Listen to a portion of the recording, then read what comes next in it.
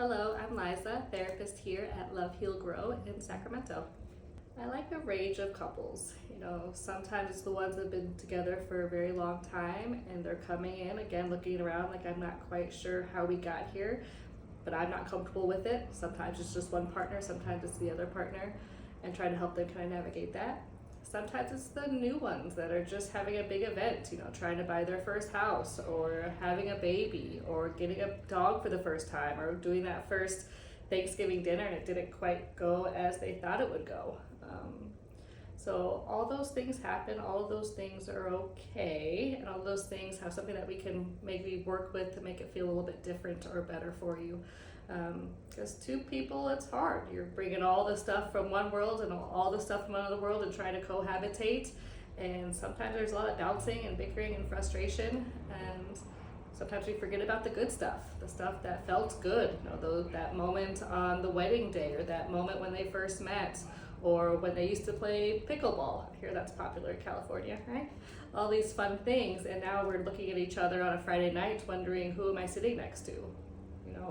Or we are getting ready for something that should feel fun or is going to be exciting, and it's stressful and it's hard and we're bickering and yelling. And let's see if we can kind of massage that a little bit, try to find some of those roots, what felt good, and also understand that this happens in long-term relationships. They are difficult.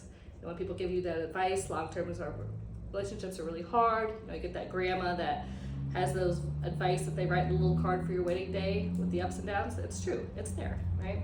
And let's see how we can write it out a little bit more easy. It's very common because people can be on different wavelengths. Usually that I perspective, kind of coming in, kind of saying, hey, this doesn't quite feel right to me. I'm wondering if we can get a little help. Sometimes normalizing it, so-and-so friends did it, they enjoyed it. Say, their parents, if it's true, they did some couples therapy. And kind of say we don't know what's going to be helpful. Therapists do it differently in different ways. But what we can do is just try a couple. Let's do 3 together and see how that feels and renegotiate or reevaluate. This is important to me. My goal is the big part. Is I think you should mention what your goal is. I want to have a good relationship. I want to, grow old together. I want to go on the cruise next year and not throw each other overboard. So how do we figure out how to do this together? And I'd like to try couples therapy. So we should normalize couples therapy. It should be more part of it because we don't know how to do this, especially if we look at our role models. We saw, our parents or, our role models that didn't quite do it the best way. We're going to pick up some of those things. And sometimes they do really do it well and you're not quite sure how they're doing it and you just think it's going to be that easy and it's not, right? So there's a lot of different things that are happening that I can help to talk through with it. I think the biggest fear people have is that one person is going to be the bad guy, one person is going to be the good person, and how do we negotiate that? And that's part of our negotiation, our talking through. I'm not going to victimize or I'm not going to blame one person. It's okay, we are a unit. How does this unit kind of function and work together? We notice that this part is kind of struggling a little bit. What can we do as a crew to kind of get that feeling a little bit better, right? So that's one thing that you won't experience here is an outwardly judgment or blaming. It'll be more of a conversation. Hey, this seems to be happening a lot. We kind of keep going through the same motion. What can we try differently? What's our role in it? And that's where we kind of get more successful when people start to really identify, yep, this is the part I'm doing and this is the part that I need help with. We can roll with that. We'll make that kind of happen. And sometimes it takes a while to get there because it's used to kind of pointing at your partner and kind of saying, well, they're doing this or they're doing that and they keep doing this. Okay, well, let's figure out why and let's see what could be helpful. The thing that's different with being in session with a therapist is we have a little bit of training, right? So we have an idea of kind of what's going on and can kind of give feedback in the moment. We're paying attention to how you're looking at each other, how you're engaging with each other, how you're talking to each other. And we can give feedback there in the moment. And maybe not everything in the big book really pertains to you. So we can help narrow it down. This is kind of what we're noticing, and that's what we'll give you in the first session, right? Maybe depending on how we get out, but in the first couple sessions, we'll be able to say, hey, this is what I'm noticing. This is what seems to be going on. Am I on the right track? If so, this is what could be helpful. This is what we're going to focus on. There's a long list, and the hard part is you don't really know until you get going. You'll hear things, baby's not gonna sleep, or they're not gonna latch if you decide to do breastfeeding. They are going to want to sleep all day and not at night, whatever those concerns are. So you have some ideas of some of these things, but there's a lot of things that you don't really hear about or know about.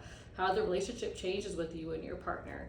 your expectations with relationships outside of your household. How do we kind of navigate our basic needs when it seems like that's going to be on the back burner because this little thing is helpless and doesn't know how to do anything on their own? How do we navigate the cost and stress of having a baby?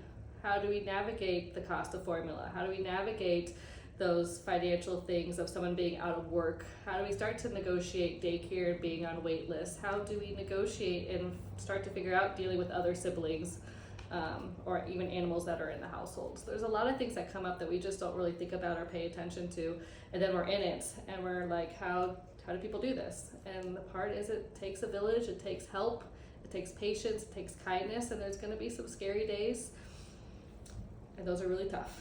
There'll also be some really cool moments and some really cool days that help you get through to the next one.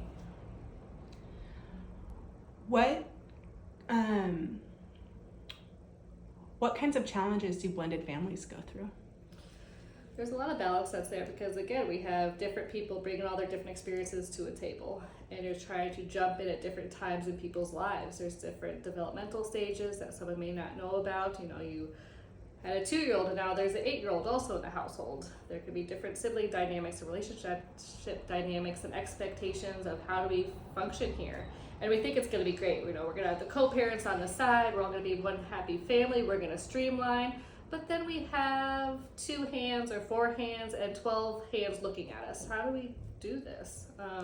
How do we manage the in-law? How do we manage the ex-partner? How do we manage sibling rivalry and fighting? We used to do Sunday tradition this way, and now it's a Thursday tradition. We used to have these ideas of a family routine and going to bed at 8 o'clock, and now we have bedtimes at 11 o'clock, and these parenting expectations. Are you the parent? Am I the parent? What's happening here? And a lot of those things, it's a lot about communication. Let's talk through it. Let's break it down. What's happening? Where can we kind of do a little switch here or change there? And how do we figure out kind of the flow here? How do we really navigate the flow chart of the family?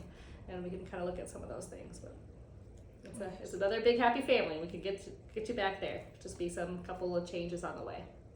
You don't have to bring everything on the table. You don't have to come with this backpack and kind of lay it out here and this is what I'm dealing with. Trauma comes out in different ways. The big thing is about understanding it and figuring out what's going to be helpful for the individual and also the partner with the situation that has happened or has been occurring or is still occurring. So the big goal would be to kind of increase the awareness about it.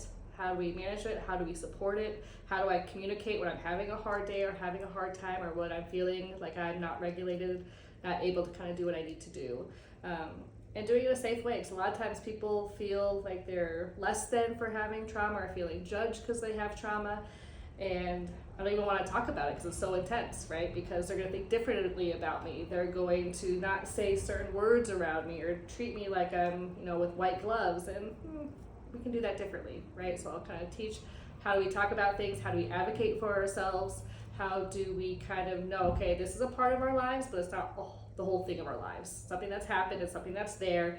It's just like having a birthday, just like something else. How do we kind of normalize this and kind of integrate it into our lives in a way that's a little bit more manageable? Kind of want to move that meter just a little bit. Again, one false thing is that couples come to therapy to stay together. That's not always the case. It's about how do we figure out what makes the next step or makes the most sense for the couple. So sometimes it's staying together. Sometimes it's splitting up and being co-parents. Sometimes it is saying, let's plan for the next 20 years. And sometimes it's playing, let's just focus on the next 20 days. So really with couples, it's the idea to kind of figure out, A, do we want to keep doing this, right? And then B, if so, how do we keep doing this? In a way that just kind of increases our quality of life, our enjoyment, a reminder as to why you even want to be a couple in the first place. Because we go through a lot of life changes. Sometimes people meet when they're 18 and now they're 48. Some people meet at 20 and they're an accountant and now they're 40 and they're a yoga instructor, right? We go through a lot of different changes together or separately, and let's just kind of help us kind of figure out together how do we kind of make this feel a little bit more streamlined, a little bit more comfortable again.